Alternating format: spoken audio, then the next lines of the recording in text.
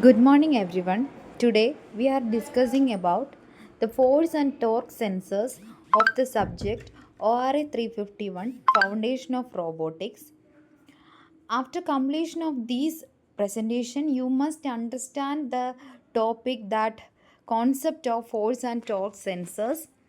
Force sensor is nothing but an instrument that transfers various mechanical force. The name itself tells that various forces such as weight, compression, torque, strain, stress, or pressure into an electrical signal. Basic conversion happened is that it converts a mechanical energy into an electrical energy.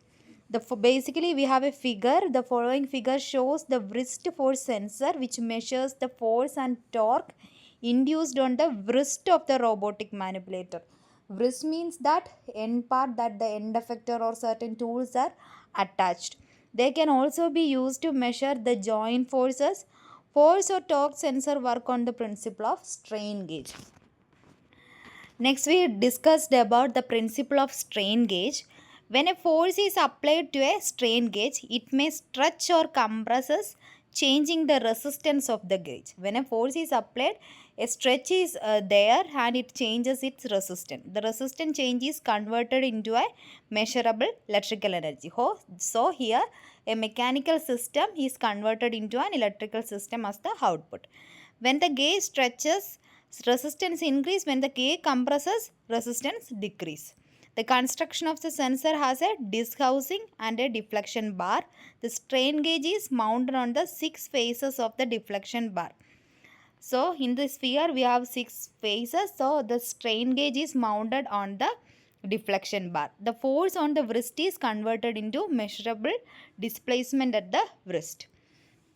So a Wheatstone bridge shows the arrangement of the resistor and galvanometer. Here we have a figure in the right side. We have a figure that is basically a Wheatstone bridge. The galvanometer shows 0 when no force is when there is no force. The galvanometer shows it as 0. When the force is exerted, the resistance of any one of the arm vary, which lead to current flow.